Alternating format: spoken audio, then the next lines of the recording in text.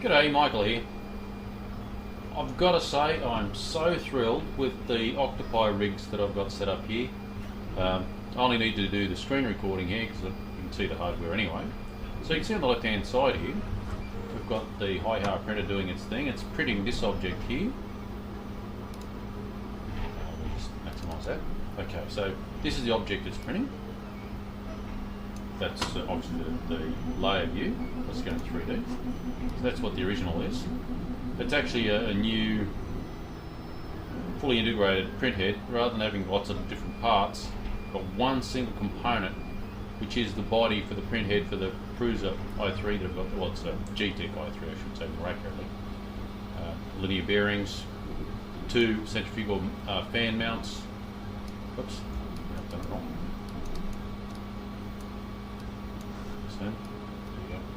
So look underneath, on the back side of it, we have the, it's actually a mount for the axial flow fan.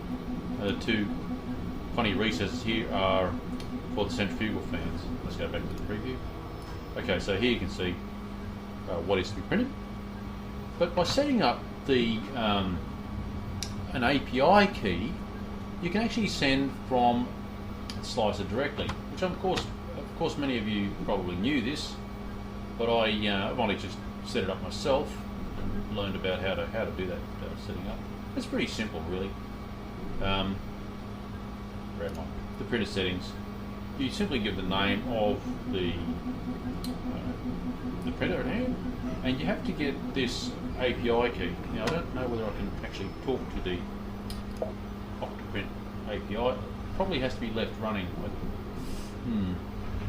I might turn on another one and show you where that's available.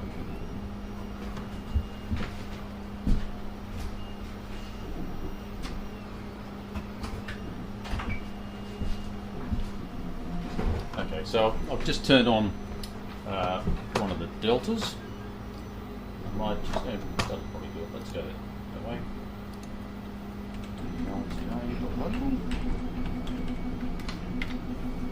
It's probably still booting. Yep, still booting. You notice that the Octopi rig is actually pretty quick at booting. So you've just heard me walk across and turn it on. So I haven't stopped the video and I haven't tried to speed anything up.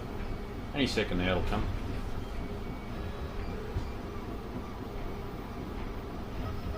There is no printer connected to it, so it might not be happy. We'll see what happens. There we go.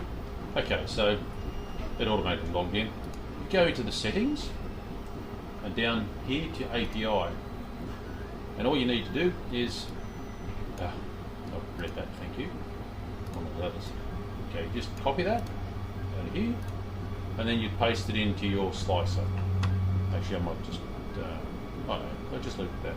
So you paste that into the slicer, into this setting here. So it's printer settings, general, API. Right. I'm actually, of course, using the high half. So let's just have a look at that printer again. So this is the high half, and I've made that connection to it. I don't want to mess around with that, in fear of upsetting it. Now you can see this is printing quite happily, and the beauty of this is I haven't had to save. It gives you the option when you send it to the Octopi rig or any system running the Octoprint system. It gives you the opportunity of, when you send it from the slicer, let's go back later. When you go send to the printer, there are 2 tabs to enable. Unfortunately this is busy so I don't want to interrupt it, but there are 2 tabs that come up, and that is to overwrite the existing file, so the file would get overwritten, and also to launch the print. And it's so straightforward it's not funny. So I've actually launched this design. This is my second print like this, so I've been quite happy with the way that works. So rather than having to save to the file tree somewhere and then upload using the browser, you can just simply send it straight from the slicing software. I'm sure Cura and all the other slicers will probably have much the same setting.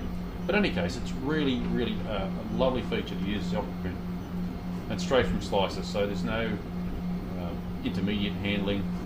The little Raspberry Pi takes care of the file management, and you can see here the long file names, whereas if you save them on the SD card and try to load it on the little LCD screen of the printers, often the names are truncated to just sort of 8 or 9 characters long.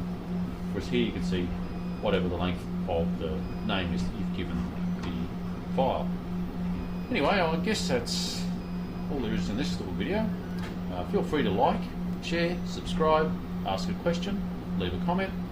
Bye for now.